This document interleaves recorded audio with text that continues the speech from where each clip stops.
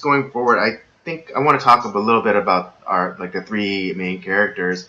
Uh-huh. Um, it was out. I know Eric, you're really excited to see, to hear like what we got from this movie. Mhm. But I think I'm in agreement with you guys in that, or at least Robert, and me being able to identify with Jungsu, Mhm. just because I kind of feel the same way with him because here's this kid who who's intelligent and who has who went to school and everything, but is working these like kind of menial labor type jobs. Mhm. Even though he has like his degree in creative writing, and that Yeah. that's ultimately what he wants to do. And I don't know if you guys caught it, but when he goes back to his childhood home and the TV is on, it's talking about the U.S. and it's talking about how Trump is like bringing new jobs and but it also at the same time talked about how Korea or South Korea specifically is experiencing kind of unemployment crisis. Mhm. Oh, And was that on the Yeah, TV? Yeah, it was on the that was TV. on They the were talking TV. about it, Yeah, how like it's I noticed that too. the third Yeah. straight year or something where like unemployment was like on the going down or Uh-huh. going up. The numbers were Oh going yeah. up. And Interesting. and then there was also that scene where he goes to interview for another kind of menial labor job at like a warehouse. Um, Yeah, and yeah. like He walked out, right? yeah, and he just walks out. But it's like it's all young people, and like in their early, like probably early 20s, Yeah. who may or may not, have went to school and gotten, uh, a degree or whatever. But they're young people. But they're and they I'm sure they don't want to do this job. But in the time of in a time of scarcity, you just have to grab onto anything. And so for me, I most uh, for different reasons than Rob, identified with the Jungsu character. Mm. Yeah. I mean, I definitely see. I didn't catch that. That's actually now I gotta watch it again. I Right. remember there being something about Trump on the TV, but I didn't really pay attention to what it was saying. Mm-hmm. But now that you say that, it totally makes sense. Because Mm-hmm. you're right. In that lineup, I guess it was like a factory or warehouse where the Yeah, young yeah, yeah. kids were being interviewed. Mm-hmm. There was a sense of not just eagerness for the job, but almost desperation. Exactly. Because like Right. because like one of the candidates, I guess, lived like really far away, and like the foreman asked him like, oh, how, you live so far away. He's like, how are you going to make the commute? And then he was like, Yeah, oh no, this is not going to be a problem at all. I can do it. yeah, yeah. That's true. Mm-hmm. And And yeah, I mean, kind of to relate it to what's happening in America with like the whole like education like bubble, and like nowadays like bachelor doesn't mean anything, but it right. also goes to like the idea how there was like a study done, and like I forget what the percentage is, but a certain percent of you know bachelor degree holders, you know they like the job that they're at or the career that they're at have nothing to do with what they majored in or what their degree is in. Oh yeah, for sure. And so, kind of similarly to Jungsu, he was a creative writing major, but Mhm. now he's a farmer. Yeah, So yeah. yeah, and then with Hemi, she's kind of almost the typical like millennial woman, Hmm. um, in that she's kind of flighty. I know, Rob. I know. She's kind of flighty, and Yeah. she Uh, she has like this grand. She either wants or is looking for a grander sense of herself. And I mean, this is and again, this is not to be bashing women or anything, but she's hypergamous, meaning she kind of like trades up in a sense, because like she went from Jungsu, who was like this, who was like who's a day laborer essentially, to Ben, who's like this, independently wealthy, mysterious person. Right. Nice $5 word there, by the way. Oh, I know. I gotta raise the quality of this show somehow, because Rob's not helping me at all. I think it matches the movie that we're talking about, because you have Young Soo's the creative writer, so using words like that I think fits. And Hamey would be like, way to what try to get mean? on my good side. I don't understand. And I always remember, like, with my ex, I always had to constantly like explain different things. Like, I would end up having to be the DVD commentary on like every movie that we would watch. Like, Jesus Christ! So I would almost have to watch like every movie like 2 or 3 times before we would watch it together, because I know that I wasn't going to be able to watch a movie once, in kind of real time. So you have to watch it by yourself, and then you can watch it. So I had to watch it by myself and then explain the movie as she's like, constantly, like, she asks like 1,000 questions during the film. It's like, well, in this scene, remember back in the first scene, this is happening. Now this is happening. Here you go. Oh, I get it now. Yeah. Yeah, and okay, and just get back to like the 3 characters. Lastly, Ben, he's this mysterious, enigmatic and charismatic individual, who seems amiable enough. Yeah.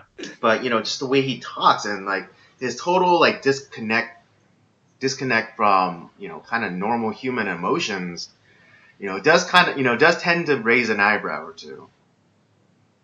Yeah. And it was interesting for me, because again, Ben seems kind of a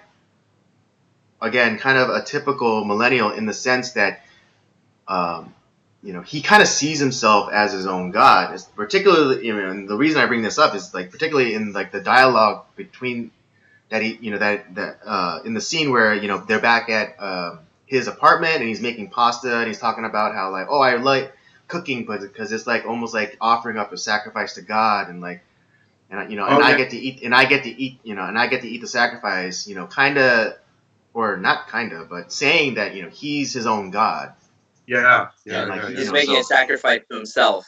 Right, so he's making the sacrifice to himself to satisfy his own ego, or appetites, or whatever, what have you. But it's not too far off from, I think, again, not to be bashing too much, because I'm also in that category of millennial, but kind of like the typical, kind of like the prevailing kind of attitude where it's amongst young people, is like, oh, I'm my own god, everything I do is for me, and so on and so forth. Right. Yeah, the other reason why, like, I have such a visceral reaction to Ben as well, not only because of the whole like relationship factor in there, but I've met a lot of people like Ben throughout my life, where it's like, they're kind of this very distant, kind of cold, nothing, they kind of like, there's nothing really like humorous about them. I'm a jokester. I like to crack jokes. I like to have fun. I use language not loosely, but like I use it in kind of a fun way to kind of help make people laugh, make the situation light. When it calls for it, obviously I'm serious when I need to be serious. But a lot of people I meet a lot of people like Ben, where that's just like, it's kind of like they look at you like, ugh, it's kind of this like, like, wow, like you're, they kind of look down on you because of that. Yeah. And I felt like this whole, just on like Ben's character, he's always looking down on everybody, and it's kind of this. That's also part of the reason why I hate him so much, because of that factor. Like, it's this constant like looking down on you. It's like, and Young Soo, like, not that he's like a a jokester, or making things light per se, but just that whole aura that Ben creates. It's just Mhm. this, I can't stand like that type of person. Like that can't. They're so serious. But they can't make fun of themselves, and like there's kind of this like even like when he meets him in that like cafe, when Young Soo meets him in that cafe, like later on when he's doing his kind of detective work, and it's like, oh, he's like reading that book by Faulkner. It's like, oh, I decided to take your advice and read some Faulkner, and but it's in this kind of like asshole way. It's not like there's no like excitement to like, oh, I'm glad like you recommended this to me, and he wasn't talking about Faulkner. It's like, oh, I just decided it was just more of this like offhand, like kind of like, it was like, oh, it met my fancy today. He's And it's like condescending, right? Yeah, very condescending. Yeah. But yeah, that's another quality of Ben where he's like, kind of like this, this force where like, he kind of like sucks, he kind of sucks all the oxygen out of the room. Yeah. And so yeah, it's not too. So Rob's like kind of description of him where he's like, he seems like almost lackadaisical about everything, from like whether talking about like not remembering ever crying, or to like just like picking up Faulkner because reading Faulkner because Jung-soo like was talking about it. It's like he just like kind of takes he kind of just like sucks the joy out of the room. Yeah, like he's almost like soulless. There's Right. no emotion there. Mm-hmm. It's almost like there's no passion for anything, Mm-hmm. right? Even when he's cooking and listening to the jazz, or even driving his Porsche, everything is just kind of disposable, and it's just whatever's convenient to serve himself. Right. Yeah, because everything is like so mundane or banal to him. Right. And life is just so easy for him, Mm-hmm. He just kind of drifts through his days.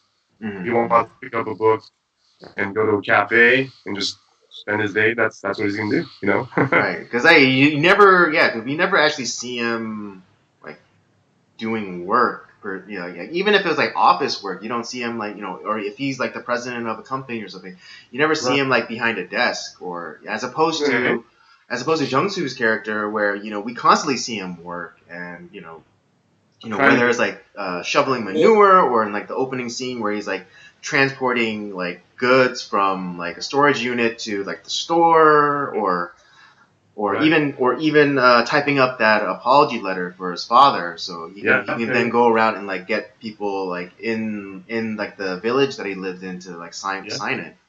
Yeah. Well, Ben's work, as he stated, was my work is play. It's all the same. Right.